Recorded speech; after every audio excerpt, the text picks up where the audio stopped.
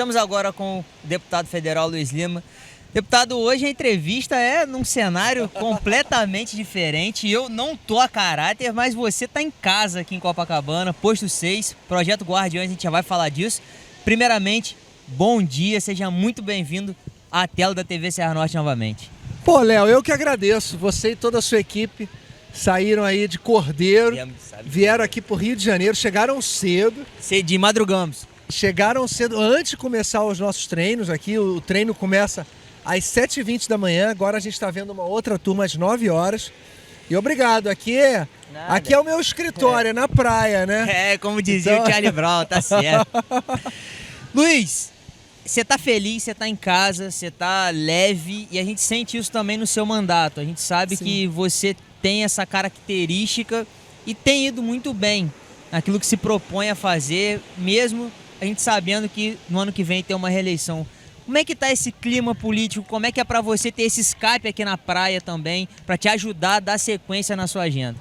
Bom, Léo, eu levo muito para Brasília, para o Congresso Nacional, o que eu vivo aqui há mais de 10 anos. É a gente gostar do que a gente faz. E quando a gente é cercado de pessoas que também estão gostando do que estão fazendo, fica tudo muito mais fácil. É claro que aqui na praia, eu liderando a minha equipe dos gladiadores, natação no mar, eu tenho mais o controle da situação, né? Então eu consigo levar a minha equipe dentro daquilo que eu acredito. E no Congresso Nacional a gente tem uma luta e um embate com 513 deputados federais, com 81 senadores. Muitas das vezes a gente sai perdendo nas nossas batalhas, né? Mas a gente não desiste. Então é diferente. Mas o propósito ele tem que ser o mesmo. Você tem que estar confortável, feliz e você tem que estar satisfeito com aquilo que você está fazendo. E eu, no momento, eu me encontro muito satisfeito porque eu tenho a percepção que eu estou fazendo o melhor. Luiz, seguindo por essa área ainda da natação, do seu escape, dessa parte que você gosta tanto, a gente está vivendo um momento olímpico e a Ana Marcela, que, poxa, já nadou com você, tirou foto com você, acabou de ganhar o ouro nas Olimpíadas lá em Tóquio, representando muito bem o Brasil na maratona aquática, e a gente sabe que foi uma prova de 10 quilômetros, que também é seu forte, as provas de resistência. Sim. Como é que foi acompanhar, torcer pela Ana Marcela e, além disso, falar um pouquinho da sua trajetória? Você que fez a Travessia dos Fortes, rei do mar, rapaz, que isso? Fala pra gente um pouquinho. Bom, Léo, primeiro festejar muito a Ana Marcela, campeã olímpica, primeira mulher campeã olímpica na natação. Natação que é disputada desde 1932 e as águas abertas, a prova de 10 km, faz parte do programa da natação desde 2008. E a Ana Marcela, eu tirei foto com ela, né? Porque ela é a campeã olímpica no Mundial de 2006.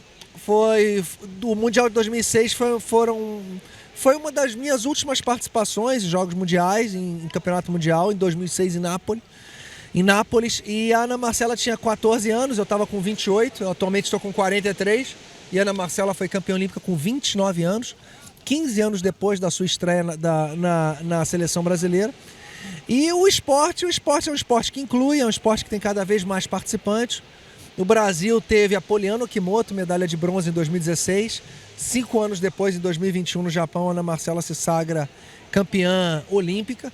E a minha entrada na seleção brasileira foi aos 16 anos, foi bem novo, em 94, onde eu permaneci até 2009.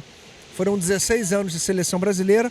Maior parte da seleção brasileira, eu fui atleta da seleção em piscina. E os últimos 5 anos eu participei nas provas de águas abertas, natação no mar, ou nos rios ou em lagoas.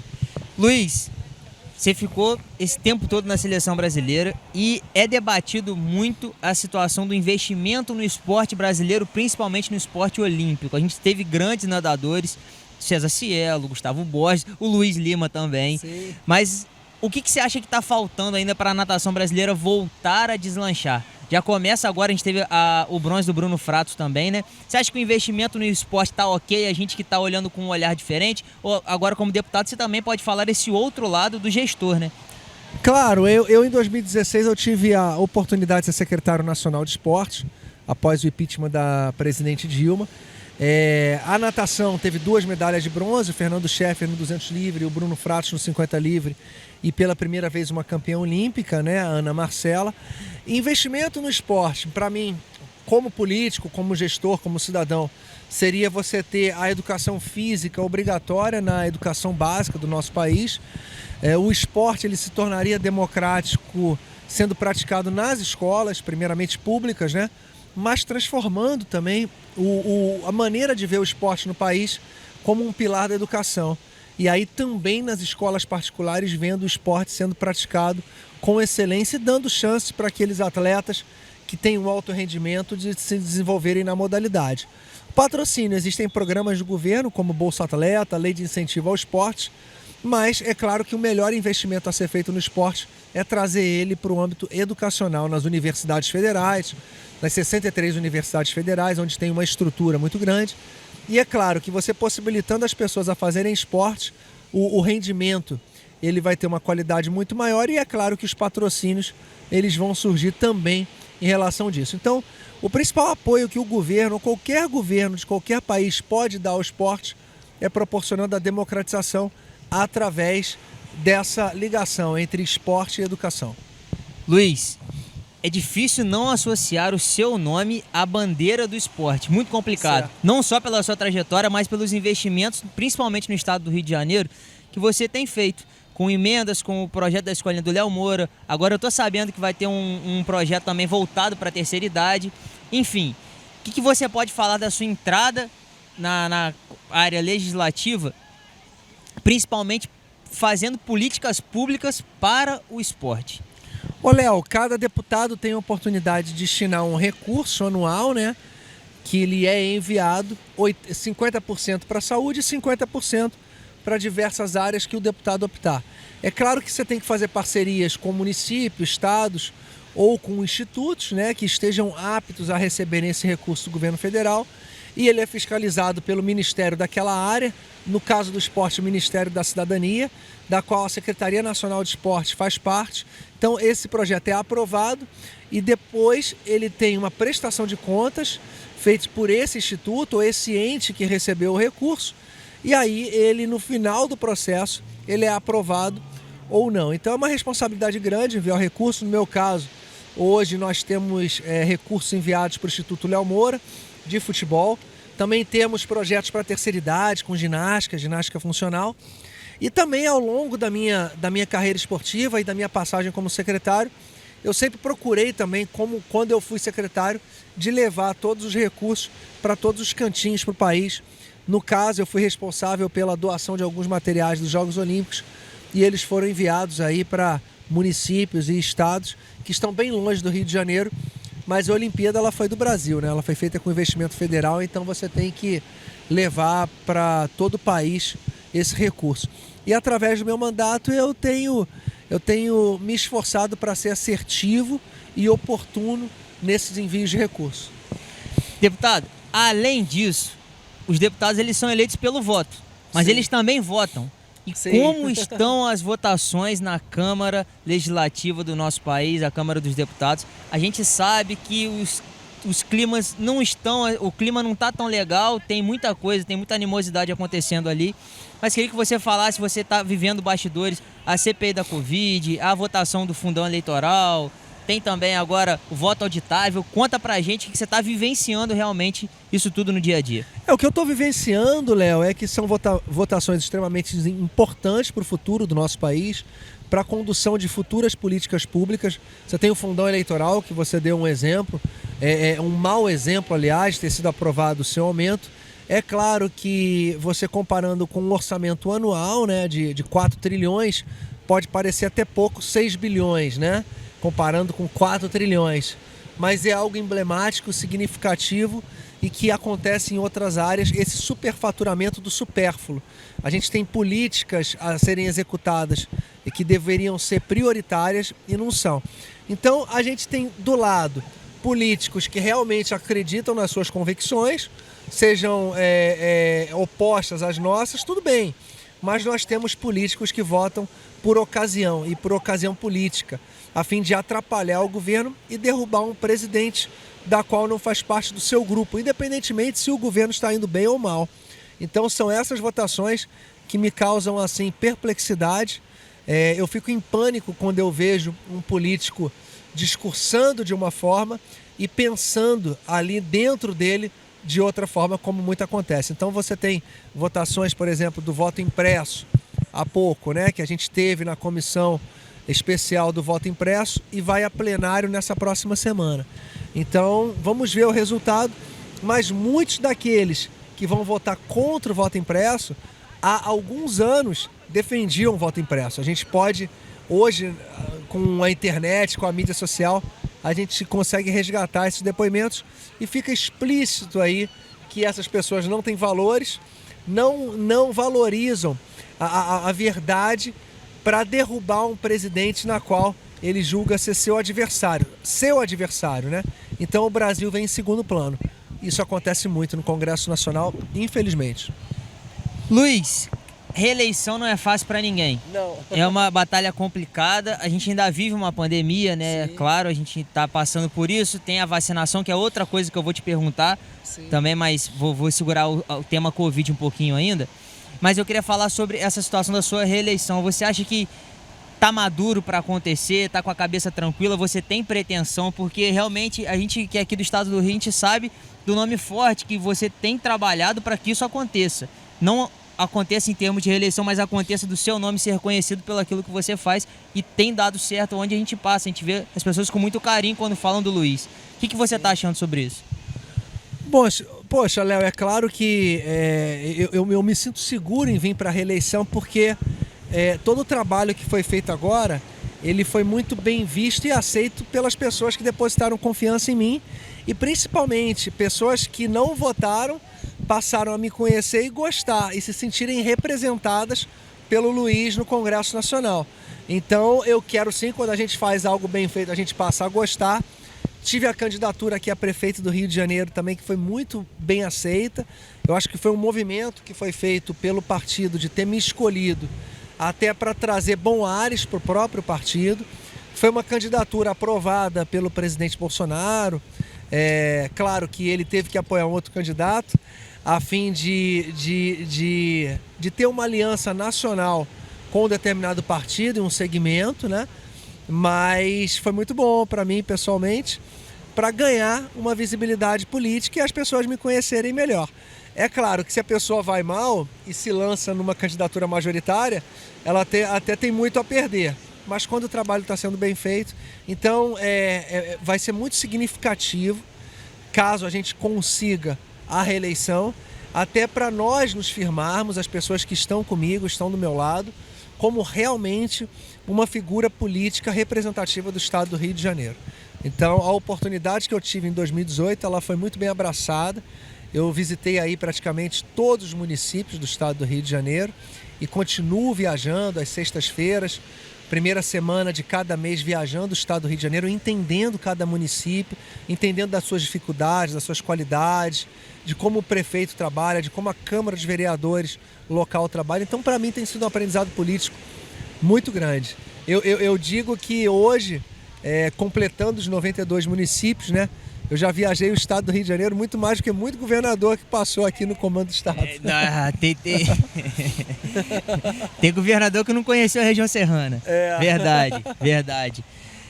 Luiz, como que é a sua relação com o presidente hoje? Como é que você pode definir a sua relação com o presidente? Vocês precisam estar sempre em contato, né? É importantíssimo, porque para a gente tentar explicar para quem não entende muito de política, o deputado é como se fosse um vereador e o presidente como se fosse um prefeito. Exatamente. São os poderes assim. Como é que fica a sua relação com o presidente? Exatamente.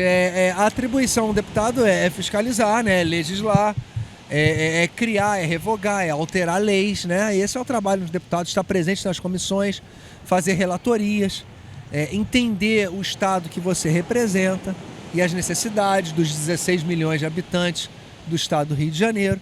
E a relação com o presidente é uma relação de confiança, é uma relação de apoio, é uma relação de gratidão, é uma relação de confiança, de falar o que eu sinto, de expressar o que eu sinto, mas principalmente A minha relação ela é muito transparente, verdadeira, porque realmente eu acredito que hoje a melhor opção para o Brasil é a equipe do presidente Jair Messias Bolsonaro, tanto no executivo como no legislativo. Luiz, e o seu futuro? A reeleição tá logo ali, a gente já sabe. É rápido. Mas 2022 também é ano de projeto, é ano de continuar fazendo Sim. campanha, de continuar conhecendo o Rio de Janeiro e rodando o Brasil todo, trabalhando em Brasília. O que você está imaginando para 2022? 2022 eu estou imaginando um ano que vai ser um ano de muita disputa, vai ser um ano com uma eleição extremamente disputada no sentido de ter uma participação muito grande do eleitorado. A gente já percebeu que em 2018 as pessoas se interessaram mais por política. Então eu acredito que o eleitor esteja entendendo melhor a necessidade da renovação, tá? E eu digo renovação em todo o Brasil, do nosso sistema político. Seja ele partidário, seja ele participativo. A gente vai ter uma votação muito importante essa semana agora que entra, que é em relação à possibilidade de ter o voto do distritão. O que significa? Hoje, não necessariamente o deputado, o candidato com mais votos, ele se torna um deputado federal, porque há uma relação entre número de votos de partido com o número de votos dos candidatos. Então a possibilidade de se criar o distritão e de se respeitar as colocações do primeiro ao 46º, que são 46 deputados federais pelo estado do Rio de Janeiro, nessa posição, em relação à votação e não importando a votação do partido, na minha opinião, é um grande passo para você valorizar o voto das pessoas e dizer que pessoas são mais importantes do que partidos. Então, essa mudança que deve ocorrer em 2022 vai alterar um pouco a democracia e a escolha desses candidatos e valorizando mais as pessoas. Então, Você acha que passa? Eu acho que tem enorme possibilidade de passar o distritão e aí fica mais fácil. Porque hoje, às vezes, você tem um candidato aqui no Rio de Janeiro com 28 mil votos, por exemplo, que se torna deputado federal. E presidente de Câmara. Existe. Presidente de Câmara. Tem, por exemplo, e tem deputados com 50, 60 mil votos e que não se elegem, né? Porque o seu partido não fez um determinado número de votos que possibilitasse a inclusão de um deputado. Então, é uma conta meio maluca, né? De que o eleitor tem dificuldade de entender e pelo distritão vai ser respeitada a vontade popular, independentemente daquele deputado que foi eleito. Tem que ser o mais votado do primeiro ao 46º. Mas eu vejo uma disputa política muito grande. A eleição em outubro de 2022 vai ser uma eleição polarizada novamente, como foi em 2018, mas eu vejo isso positivo. Eu teria medo se o Brasil não estivesse polarizado, né? É importante ter essa divergência, é importante ter Flamengo e Fluminense, é importante ter Corinthians e Palmeiras, é importante ter Grêmio Internacional.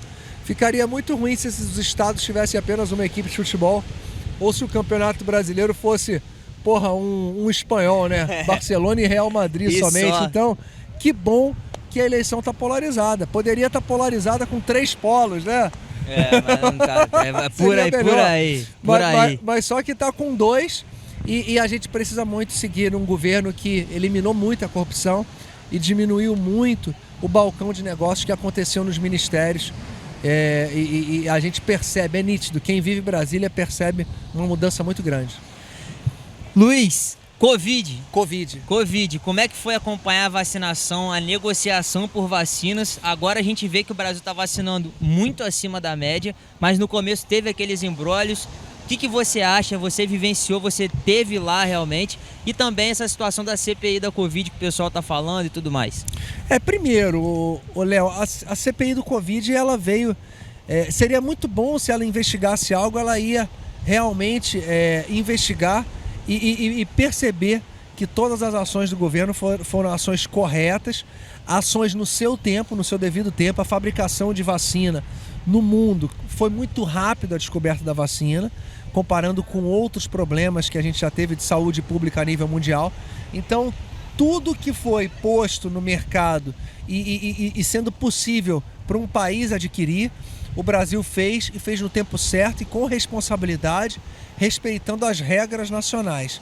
Então, A vacinação no nosso país ela está sendo feita de maneira eficaz. Os recursos foram disponibilizados pelo governo federal para os estados, muito recurso. Infelizmente, o Supremo Tribunal Federal atribuiu aos estados e municípios, cada um com a sua diretriz em relação. E a gente ouve e a gente percebeu que houve um fechamento do comércio precipitado lá no início da pandemia, o que causou muito desemprego, gerando a necessidade de ter auxílio emergencial do governo federal feito, maior auxílio emergencial do mundo já feito pela Caixa Econômica Federal, que foi muito rápido nesse repasse aos brasileiros que estavam atravessando um momento de vulnerabilidade. Então a assistência foi feita, só para o Rio de Janeiro foram destinados 77 bilhões de reais no combate ao Covid. Contratos emergenciais sem licitação foram feitos de maneira equivocada, onde já apresenta tanto pelos tribunais de conta, Ministério Público apontando superfaturamento, hospitais de campanha não concluído. Derrubou o governador do Rio. Derrubou o governador Wilson Witzel. Então foi uma administração temerária e irresponsável, não só aqui no Rio de Janeiro, mas em demais estados, e que atribui sim a responsabilidade a governadores e prefeitos por esses atos administrativos que lesaram os cofres públicos, atrasaram o combate do Covid e perdemos a oportunidade realmente de comprar equipamentos e fazer infraestrutura que salvassem as pessoas. Então, o governo federal atuou de forma rápida e os seus ministérios, tanto o Ministério da Cidadania como o Ministério da Saúde, foram muito eficazes no combate ao Covid. Somos o 5º país mais populoso do mundo. É claro que o número de mortos ele vai ser compatível com o número de habitantes que nós temos. Os Estados Unidos aí já passaram de 600 mil mortos, mesmo com poder aquisitivo excelente, com uma estrutura de saúde melhor do que a nossa, problema habitacional inexistente nos Estados Unidos, não tem vulnerabilidade social como tem o Brasil, e mesmo assim nós estamos aí num índice num número de mortes inferior aos Estados Unidos, e índice de mortalidade bem inferior em relação à Espanha, Itália, Portugal, Inglaterra, países que estão na Europa e que certamente têm condições melhores do que a nossa. É um vírus, né? Um vírus que foi que nasceu na cidade de Wuhan, na China, e muitas dessas verdades ainda vão aparecer. Por que atinge uma determinada etnia? Por que atinge um determinado número de pessoas? Por que famílias inteiras, quando adquirem o Covid, vêm a óbito e outras famílias não têm nada? Então, essa ligação com a genética do indivíduo, a gente vai descobrir nos próximos anos. Por que o leste europeu tem menos casos do que o oeste europeu? Então, a gente vai saber daqui para frente. Luiz, para a gente finalizar, nós já mostramos algumas imagens, já gravamos algumas imagens da primeira aula. Eu quero saber algumas dicas ali, o que você fez ali no Projeto Guardiões. A gente viu um nado peito, um nado borboleta, um crawl, trabalhou os 4 estilos ali, nado costas também. Dica para iniciante de natação, pode chegar aqui na natação do mar com o Luiz Lima e vir treinar? Como é que funciona isso? Pode chegar sim, Léo. É claro, esse grupo que vocês fizeram as imagens é um grupo avançado, né? A gente tem iniciação terça e quinta, eu não estou aqui mais dando aula, eu estou em Brasília. Eu dou treino segunda de manhã e sábado de manhã. Segunda às 11h30 eu tô indo para Brasília já. Mas a principal dica no mar é a direção é mais importante do que a velocidade. Isso eu sempre falo para os meus alunos. Você tem que estar com um bom óculos, né, para você enxergar bem. Você tem que entender que o contato físico existe. Na água salgada você flutua com mais facilidade, mas você desidrata mais rápido. É importante também você ter a capacidade de respirar para os dois lados, né, para você ver os seus adversários e também facilitar com os pontos naturais de referência, como uma montanha, a posição do sol ou uma ilha, se você não enxerga a boia. E o mar é sempre uma surpresa, né? Diferente de piscina, né? Agora, por exemplo, está entrando um vento que não estava às 7 horas da manhã. O sol saiu, esquentou. A água hoje está a 21 graus, mas também pode estar a 17, a 24. Então, o mar é sempre uma novidade. Então, as pessoas que nadam aqui, que aprendem a nadar aqui e depois treinam aqui, né, para melhorar a sua performance, gostam muito. Há 12 anos eu estou aqui no Olímpico Posto 6, desde que eu me despedi da seleção brasileira aos 32 anos. E para mim foi não só um ganho como cidadão, como professor, mas acabou sendo um ganho político também, porque aqui eu tenho contato com todos os tipos de pessoas, né? Copacabana é a praia mais democrática do país e aqui as pessoas aprenderam, apesar do meu posicionamento político, que tem pessoas que amam e pessoas que odeiam, mas mesmo as pessoas que não convergem comigo politicamente se dão muito bem comigo aqui e tem aula comigo. Democracia é isso que a gente espera do povo brasileiro. Luiz, muito obrigado. Obrigado, Léo. Esse momento agora é todo seu, obrigado por essa entrevista, a gente agradece demais por ter nos recebido aqui. Esse visual maravilhoso, vocês ainda vão acompanhar algumas imagens, se já não acompanharam, mas agora esse momento é seu, a câmera da TV Serra Norte é toda sua, Luiz. Bom, pessoal, eu tô falando com todas as pessoas do estado do Rio de Janeiro, mas em especial com os amigos da região serrana. Apesar de eu estar aqui em Copacabana, eu estou saindo daqui, indo para a região serrana, indo agora para Nova Friburgo. A minha campanha nasceu na região serrana, foi lá que a minha mãe estudou e que eu cresci, então a região serrana, ela faz parte muito mesmo da minha história de vida e da minha história de início na política. Então é por isso que o meu gabinete é lá em Olaria, perto da rua Maria d'Ângelo Magliano, que atende todas as pessoas aí da região serrana, e grande parte da minha equipe é da região serrana, da qual eu dedico muito mesmo todo o meu mandato. Tô aqui com o Fred, o Gugu, o Dudu tá aqui, o Guilherme também. O Guilherme, então todos que fazem parte aí da equipe, o Elbert, a galera toda, o Pablo, o Marquinho, tá todo mundo lá da região serrana. Tá todo mundo junto, abraço também pro vereador Thiago Romito, tá com a gente Thiago nessa Romito, hoje. tô aqui de Cordeiro. Tá lá com a gente hoje. Luiz, obrigado. Obrigado, Léo. E até a próxima entrevista, você de casa que nos acompanhou, depois siga lá as redes sociais, @LuizLima. Tá oficial lá no Instagram, Luiz Lima oficial, com Z, Instagram. Tá certo. E @TV Serra Norte. Tamo junto. Luiz, muito obrigado mais uma vez. Léo Umeli pra vocês.